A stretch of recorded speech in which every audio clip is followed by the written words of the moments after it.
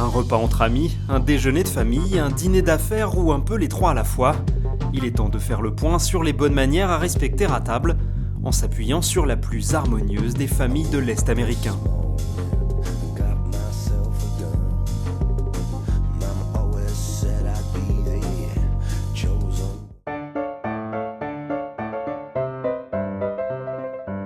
Il est d'usage d'accueillir ses invités dès le pas de la porte.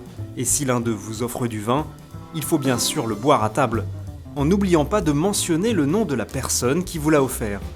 C'est à l'hôte de se charger des présentations, en tentant si possible de réunir les uns et les autres par affinité, ou à l'inverse, éloigner ceux qui pourraient avoir quelque affaire sensible en commun.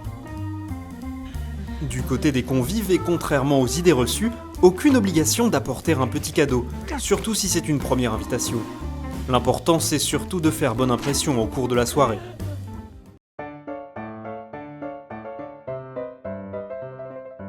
Trop souvent considéré comme un usage du passé, le plan de table joue un rôle à ne pas mépriser. 2 règles d'usage sont à retenir pour que la soirée garde tout son piment. Séparer les couples, pour éviter les scènes de ménage, et alterner hommes et femmes, afin que votre dîner ait une chance d'être plus pimenté.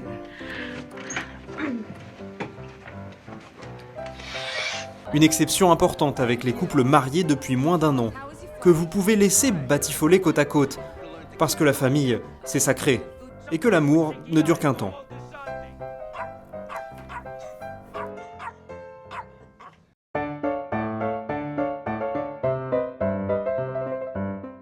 Parce que c'est votre comportement qui fera la réussite, ou non, de la soirée, il est important de ne pas indisposer vos convives.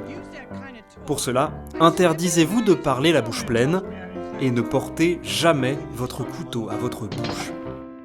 Vous risqueriez bien sûr de vous couper, mais surtout de donner des envies malvenues à vos voisins de table. Même si chez vous certaines habitudes ont la vie dure, pensez à ne pas saler avant d'avoir goûté votre plat. C'est un vrai manque de tact. De même, la fourchette monte vers la bouche et non l'inverse. La fourchette monte vers la bouche. Voilà. De cette manière, vous gardez en permanence la tête haute et assurez aux yeux de la famille une bienveillante domination. Au moment de vous resservir, la modération et le partage sont les maîtres mots. Et lorsque l'appétit est repu, inutile de le faire savoir bruyamment. La discrétion est la mère du savoir-vivre.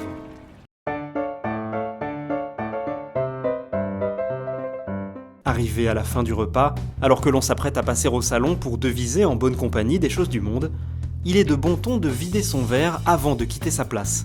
Un verre que votre hôte aura pris soin de remplir consciencieusement durant tout le repas. Après tout, une légère ébriété n'a jamais fait de mal à personne.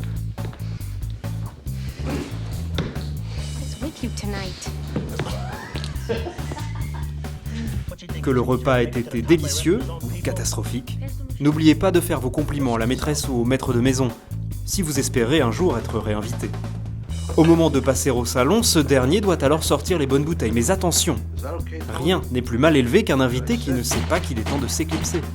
Sachez donc quitter les lieux au bon moment, ou prendre le risque de repartir les pieds devant.